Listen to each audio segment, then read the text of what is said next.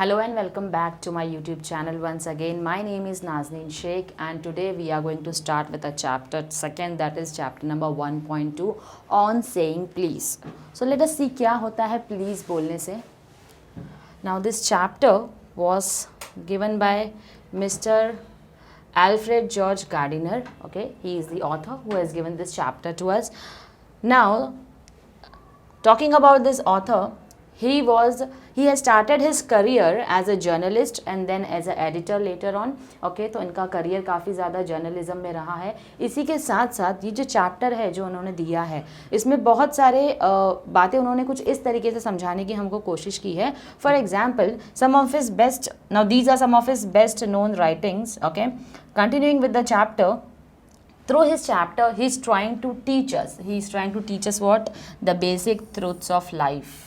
How the basic truths of life, the good manners help us to achieve a goal in life. Apart from that, morality in everyday life, that you have to be good to people. If you are not good to people, if you are dishonest to people, if you show discourtesy to people, definitely that is not at all good for the society. It is considered to be a bad manners. It is not illegal, but it is unethical. So there is a difference between legal as well as ethical. Okay, now he points out the value of good manners in social life. The importance of good manners in social life has been given to us throughout the chapter, and he emphasizes the importance of courtesy and politeness. Why courtesy and politeness in your behavior is important? Why you should be polite with people, and why your behavior has to be polite as well. He shows how polite speech and manner sweetens the atmosphere around and how discourtesy and ill manners spoil or pollute it. So basically when you show bad manners, ill manners or discourtesy to people, definitely it is going to pollute the environment. Now let us start with the chapter. So the chapter says on saying please. Now it starts with a story. The young liftman in a city office who threw a passenger out of his lift. There was a liftman, एक liftman था जिसने क्या किया, passenger को lift से बाहर निकाल दिया. क्यों निकाल दिया? और उस चीज़ के लिए उसको फाइन भी किया गया, पेनल्टी भी पे करनी पड़ी. He was penalised for the offence undoubtedly in the wrong, क्योंकि उसने गलत किया था. He was a lift man. उसने क्या किया, उसने उस इंसान को, उस पैसेंजर को जो लिफ्ट में आया था मॉर्निंग में, उसने उसको बाहर निकाल कर फेंक दिया. नाउ लेट अस सी क्यों ये इंसिडेंट हुआ. It was a question of please. Now it was a question of please. एक प्लीज़ की वजह से उसने उसको बाहर निकाल कर फेंक दिया. The complainant entering the lift said top.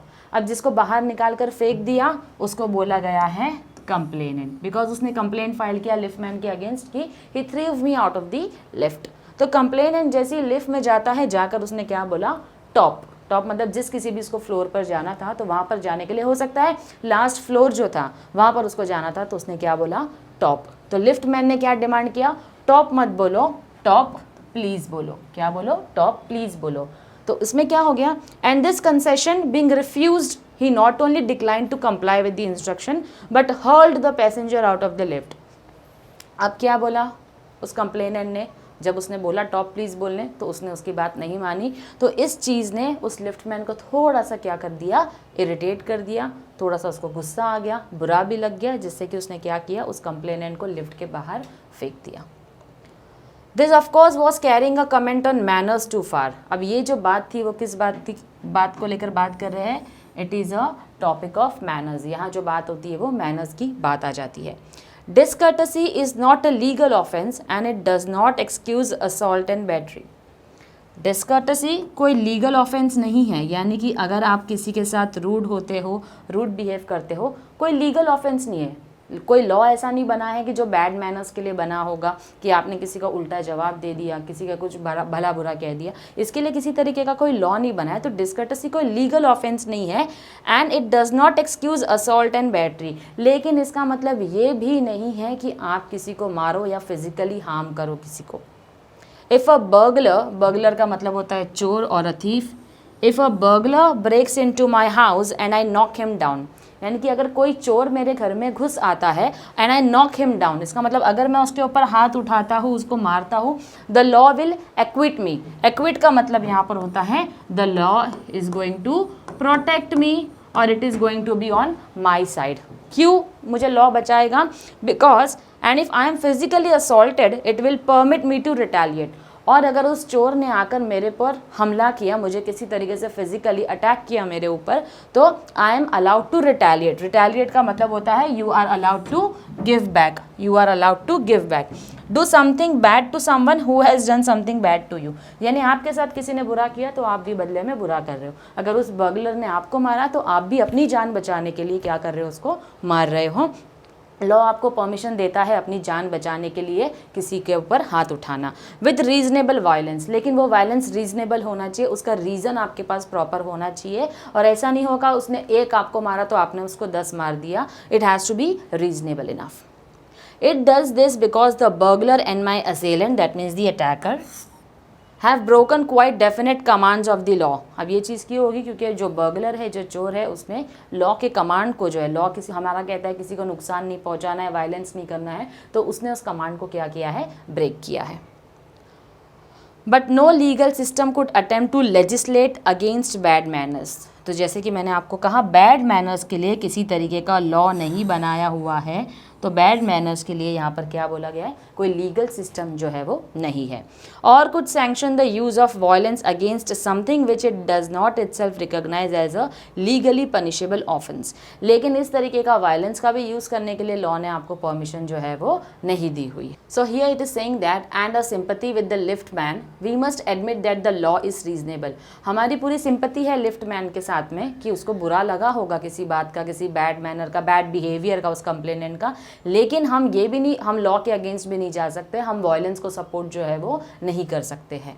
It would never do if we were at liberty to box people's ears because we did not like their behavior or the tone of their voices or the scowl on their faces। अब यहाँ पर क्या बोल रहा है कि हमको ऐसी कोई लिबर्टी नहीं मिली हुई है कि हम हमारा जब मन करे हम किसी को भी मार दें। टू बॉक्स पीपल्स ईयर्स का मतलब होता है यहाँ पर उनको मार देना, सर पर मारना या कान के पास मारना। तो जो हमारा लॉ है वो हमको किसी तरीके की परमिशन मारने की नहीं देता है। अगर लिबर्टी मिल जाती लोगों को मारने की तो हो सकता है कोई किसी को उनके बिहेवियर की वजह से मार सकता था, किसी की टोन जो है, बात करने का तरीका जो है किसी का वो सही नहीं है, ख़राब है, उसकी वजह से कोई उसको मार सकता था। और the scowl on their faces, कुछ वियर्ड सा एक्सप्रेशन दे दिया अगर किसी ने फेस से, गुस्से वाला एक्सप्रेशन दे दिया या गुस्से में किसी को देख लिया, आपको वो चीज़ अच्छी नहीं लगी तो आपने उसको मार दिया। और fist would never be idle, यानी कि हमारे हाथ कभी खाली रहते नहीं, हम क्या करते, हमेशा लोगों को मार रहे होते अगर हमको ऐसा कोई फ्रीडम मिल जाता तो। And the gutters of the city would run with blood all day, और जितनी भी नालियाँ बह रही है, खून की नदियाँ जो है वो बहने लग जाती अगर हमको फ्रीडम मिल जाता लोगों को मारने के लिए। I may be as uncivil as I may please and the law will protect me against the violent retaliation। मैं कितना भी uncivil क्यों ना हो जाऊँ, civilians, we are civilians, we are the citizens, ठीक है। अगर मैं कितना भी बुरा क्यों ना बिहेव कर लूँ किसी के साथ में, बैड मैनर्स मेरे अंदर कितने भी हो, मैंने किसी से रूडली बात कर दिया, किसी से गुस्से में बात कर दिया, उल्टा जवाब दे दिया, एक रॉन्ग लैंग्वेज, एक फाउल लैंग्वेज यूज़ कर ली किसी के लिए, फिर भी लॉ जो है वो मुझे क्या करता है, प्रोटेक्ट करता है। क्योंकि ये लैंग्वेजेस, ये बैड मैनर्स के लिए किसी तरीके का वायलेंट जो है वो परमिशन लॉ हमको या किसी को भी नहीं देता है। तो it is saying I might be haughty और बोरिश। हॉटी का मतलब होता है मैं किसी को अपने आप से कम भी समझ सकता हूँ, कोई प्रॉब्लम नहीं है। और बोरिश, मैं लोगों के साथ में क्या हो सकता हूँ, रूड भी हो सकता हूँ, लेकिन उसके लिए किसी तरीके की मुझे लॉ जो है वो पेनल्टी चार्ज नहीं कर रहा है। किस वे में मुझे पेनल्टी मिलेगी, लोग मुझे क्या बोलेंगे, I am an ill mannered person, मेरे अंदर किसी तरीके की तमीज़ नहीं है, बदतमीज़ है ये इंसान, इस तरीके का जो है वो मुझे स्टेटस दे देंगे लोग, लेकिन उसके लिए कोई मुझे पेनल्टी जो है वो चार्ज नहीं होने वाली है।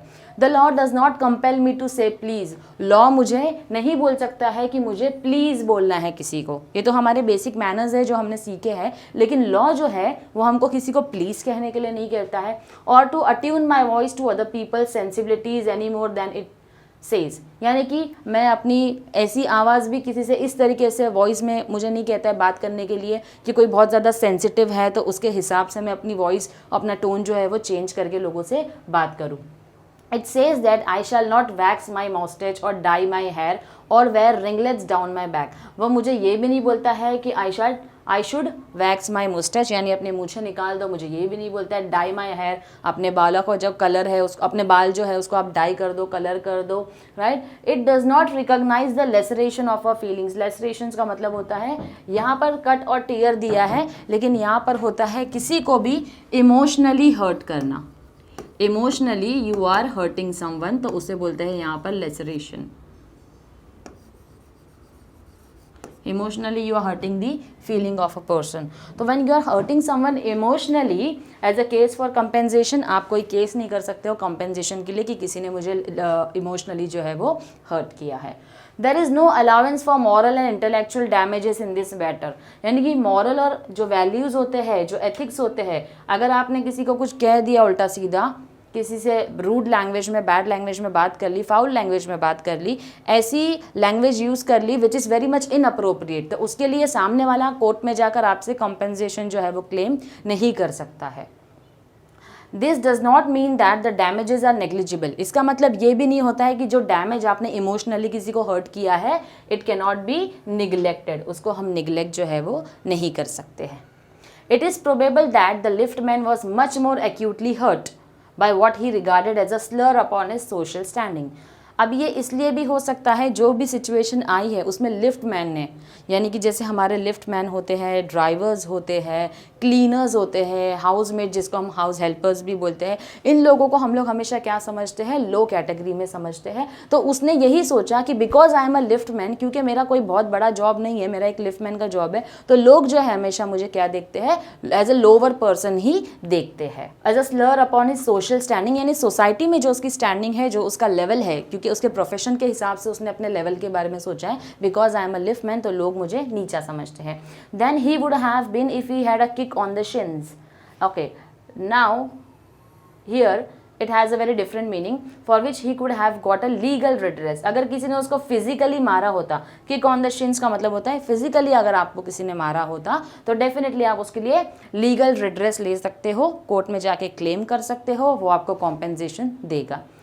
अब ये जो सेंटेंस है, The pain of a kick on the shins soon passes away, but the pain of a wound to a self-respect or a vanity, that means here it says a pride, may poison a whole day. So here it is saying that if someone is hurting you physically, किसी ने आपको physically मारा, violence किया, चोट पहुंचाई, तो वो क्या होगा, एक टाइम के बाद वो चोट जो है वो उस आप रिकवर कर लोगे। लेकिन अगर आपकी किसी ने सेल्फ रिस्पेक्ट को हर्ट कर दिया, आपकी प्राइड को किसी ने हर्ट कर दिया, तो डेफिनेटली इमोशनली आप कुछ ज़्यादा हर्ट हो जाते हो, और वो हर्ट जो होता है it will poison your entire day. अगर कोई एक इंसिडेंट आपके साथ बुरा होता है, जैसे दिन में अगर आपका किसी से झगड़ा हो गया, वर्बली झगड़ा हो गया, मारा मारी नहीं हुई, किसी तरीके का वायलेंस नहीं हुआ यहाँ पर, लेकिन आप पूरा दिन उस झगड़े के बारे में सोचते हो, तो that is what it means कि फिजिकली अगर आपको कोई डैमेज करता है रिकवर कर पाते हो, लेकिन अगर इमोशनली कोई आपको डैमेज करता है, सेल्फ रिस्पेक्ट को हर्ट करता है, definitely you will suffer the whole day as a poisonous day. So this sentence has got a very huge meaning. Next it is saying that I can imagine that lift man denied the relief of throwing the author of his wound out of the lift, brooding over the insult by the hour and visiting his wife in the evening as the only way of restoring his equilibrium. Equilibrium का मतलब होता है यहाँ पर balance. Brooding का मतलब होता है ही वॉज ओवर थिंकिंग। अब क्योंकि अगर हमारे साथ ऐसा कोई इंसिडेंट होता है, हम उसको पूरे दिन भर में भुला नहीं पाते हैं, तो कहीं ना कहीं उसको भूलने के लिए हम अपना ध्यान भटकाने की कोशिश करते हैं। तो लिफ्ट मैन ने क्या किया, अपना ध्यान भटकाने के लिए, अपने आप को सिचुएशन से बाहर निकालने के लिए, he went out to meet his wife, so that वो पूरे दिन का जो भी उसने सोच रखा था, जो भी इंसिडेंट उसके दिमाग में चल रहा था, उसको वो ओवरकम कर पाए।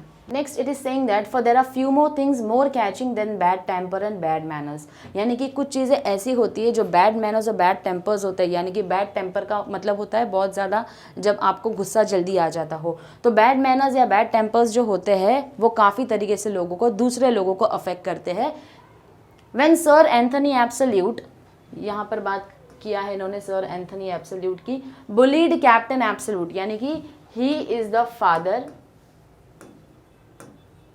and Captain Absolute, he is the son.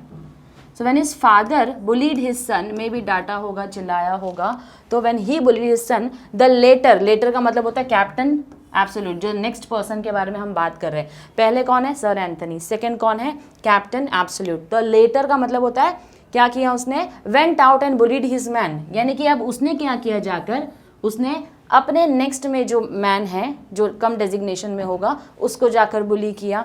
Fag whereupon fag went out downstairs and kick the page boy. अब फैग जो है यहाँ पर सर्वेंट को बोला गया है, सर्वेंट के बेटे को बोला गया है, तो इसने जाकर अपने सर्वेंट को बुली किया, सर्वेंट ने जाकर अपने बेटे को बुली किया, and this goes on and on.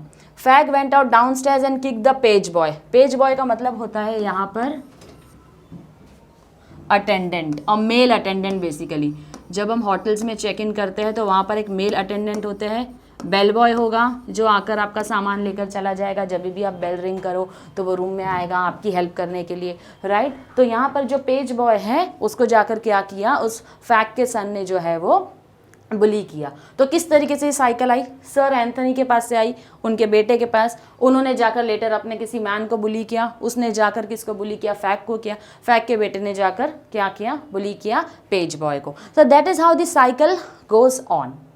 Probably the man who said top to the liftman was really only getting back on his employer who had not said good morning. अब यहाँ पर फिर हम बात कर रहे हैं उस लिफ्टमैन के बारे में। क्या बोल रहे हैं लिफ्टमैन के बारे में हम लोग, उसने क्या बोला था, टॉप बोला था लिफ्टमैन को, right, was really only getting back on his employer। तो अब ये साइकिल कहाँ से शुरू हुई, उसके एम्प्लॉयर को लेकर बात आ गई यहाँ पर। हो सकता है उस दिन उसने अपने एम्प्लॉयर को गुड मॉर्निंग बोला, उसने गुड मॉर्निंग का रिप्लाई नहीं दिया। क्यों रिप्लाई नहीं दिया, because he himself had been henpecked at breakfast. Henpecked का मतलब होता है क्रिटिसाइज करना। मोस्टली किसी की वाइफ अगर किसी को क्रिटिसाइज करती है, राइट, किसी से झगड़ा करती है, mostly it is in case of wife.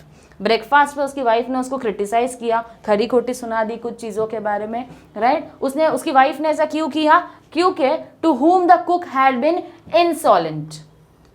Insolent here it is given very rude, यानी कि अब जो वाइफ ने अपना गुस्सा निकाला अपने हस्बैंड के ऊपर, तो क्यों गुस्सा निकाला, क्योंकि उसके कुक ने उससे बहुत ज़्यादा रूड बात की। किससे रूड बात की, उसके एम्प्लॉयर की वाइफ से रूड बात की।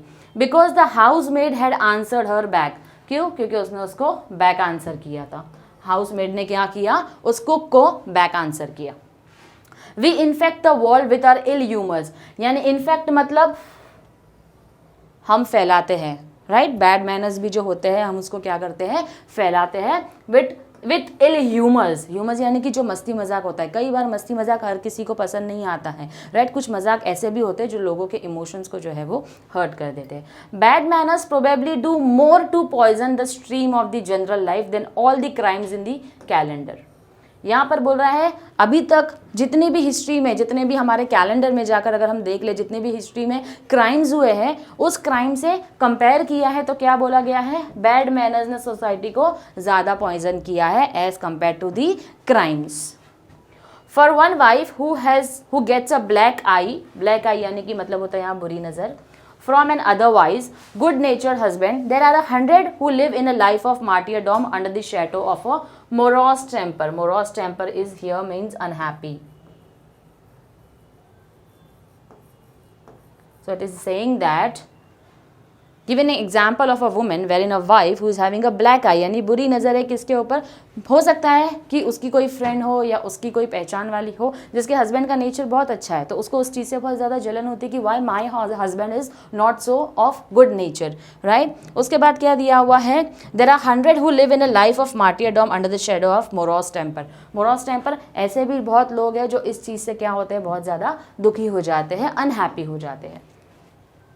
But all the same the law can not become the guardian of a private manners, यानी कि यहाँ फिर वही बात कर रहे हैं, law can not become the guardian of a private manners, यानी मैनर्स जो है this are more of your private things, right. You are how what kind of person you are, तो उसके लिए कोई लॉ नहीं बना है कि आपको कैसा मैनर्स होना चाहिए, okay thank you please sorry let it be good morning good afternoon, ये सारी चीज़ें बोलने के लिए कोई मैनर्स के लिए आपके लिए लॉ जो है वो नहीं बना है। It is saying that no decalogue could cover the vast area of offences and no court could administer a law which governed our social civilities. यानी किसी भी तरीके का कोर्ट जो है वो हमारी सोशल सिविलिटीज़ पे, सोशल एक्टिविटीज़ पे हर वक्त जो है वो ध्यान नहीं देती है. Our speech, the tilt of our eyebrows and all our moods and manners, यानी कि हमारी स्पीच के ऊपर हर वक्त उनकी नज़र नहीं है. हमारे आईब्रोज है, जो हमारे एक्सप्रेशंस है, हम किस तरीके से आईब्रोज को रेस करते हैं उसे कहते हैं टिल्ट ऑफ आईब्रोज, तो उसके ऊपर ध्यान नहीं दे रही है. All our moods and manners, हमारे मूड्स और मैनर्स के हिसाब से हम चलते हैं, तो again that is not a part of the law. But though we are bound to endorse, endorse का मतलब होता है यहाँ पर support. though we are bound to endorse, that means support the verdict against the lift man. क्या बोल रहा है यहाँ पर जो ऑथर है वो क्या बोल रहा है, we are bound to endorse, यानी कि हमको सपोर्ट करना पड़ेगा जो भी जजमेंट लिफ्टमैन के अगेंस्ट पास हुआ है. We will have to support. Why? Because bad manners है ना, उसने गलत काम किया है, उसने किसी को बाहर निकाल कर फेंक दिया है, वायलेंस करना शुरू कर दिया था उसने. So we cannot support that person. Most people will have a certain sympathy with him. कुछ लोग ऐसे भी होंगे जिनको उस लेफ्ट मैन के साथ में सिंपैथी होगी. हमको भी सिंपैथी है, we agree, but that does not mean we should support violence. While it is true that there is no law that compels us to say please, again वही बात बोल रहे हैं, कोई लॉ नहीं बना है जो कि हमको प्लीज बोलने के लिए मजबूर करे. There is a social practice much older and much more sacred, यानी कि ये एक सोशल प्रैक्टिस है. जब भी हम किसी को थैंक यू, सॉरी, प्लीज बोलते हैं, this is a social practice. This are the manners which are inculcated in us from the school itself, right? Why? Because these are the manners, they are more sacred का मतलब होता है यहाँ पर holy, बहुत ज़्यादा पवित्र चीज़ें जो होती है. Then any law which enjoins us to be civil, किसी भी लॉ ने हमको नहीं बोला है प्लीज़ या थैंक यू बोलना, ये हमारे ओल्ड प्रैक्टिसेस हैं जिसने हमको बोला है. Now next it says is, and the first requirement of civility, that the first requirement of being a good human is that we should acknowledge a service. Acknowledge का मतलब होता है किसी की भी सर्विस को सपोर्ट करना, थैंक यू बोलना, सॉरी बोलना, प्लीज बोलना, एक्सक्यूज मी बोलना, right? You are acknowledging someone's service, you are showing a gratitude, you are showing an honour to someone. Please and thank you are the small change with which we pay our ways as a social beings. यानी कि please और thank you ये ऐसी छोटी चीज़ें हैं जिसका जो हम एक हिसाब से पे कर रहे हैं. किस चीज़ के लिए पे कर रहे हैं? That we are social beings. Human beings are always called as social animals, right? Because we can not live without society. तो that is the reason we are called as social beings. तो हम उस requirement को fulfil करते हैं जब हम किसी के साथ गुड मैनर्स से बात करते हैं. They are the little courtesies by which we keep the machine of life oiled and running sweetly. That means ये वो चीज़ें हैं, छोटी छोटी courtesies है जिससे we keep on moving our life. They put our intercourse का मतलब होता है यहाँ पर interaction या communication. They put our communication upon the basis of friendly cooperation and easy give and take instead of on the basis of superiors dictating to inferiors. यानी यहाँ पर बात कर रहा है किसकी? हमारे प्लीज़, थैंक यू की, हमारे गुड मैनर्स की. क्या होता है जब हम गुड मैनर्स रखते हैं, लोगों के साथ इंटरेक्शन करते हैं, उनसे बातें करते हैं, तो एक फ्रेंडली कोऑपरेशन हो जाता है, लोगों के साथ में हम एक फ्रेंडली रिलेशन बना पाते हैं. एक गिव एंड टेक का ईजी रिलेशन हो जाता है. जब भी हमको किसी की तो हम उसकी हेल्प करें, हम उससे हेल्प मांगे, या किसी को ज़रूरत हो तो हम उनकी हेल्प करें, instead of on the basis of superior dictating inferior. Society में ऐसा माहौल नहीं होना चाहिए कि आप अपने आप को बहुत ऊंचा समझ रहे हो और किसी को नीचे समझ रहे हो. It is a very vulgar mind that would wish to command where he can have the service for asking and have it with willingness and good feeling instead of resentment. Resentment का मतलब होता है यहाँ पर anger. यानी कोई ऐसा बहुत ही गंदा सोच वाला होगा जो कि क्या करता है, with bad manners he is continuing to live in the society. आप सर्विस भी मांग रहा है लेकिन क्या कर रहा है, बिहेवियर जो है उसका वो किसी तरीके से चेंज नहीं कर रहा है. Okay, so with this we are done with the part 1 of our chapter 1.2. In the next lecture, we will continue further along with the brainstorming part as well. So, thank you very much and I hope you will like my video. Thank you very much.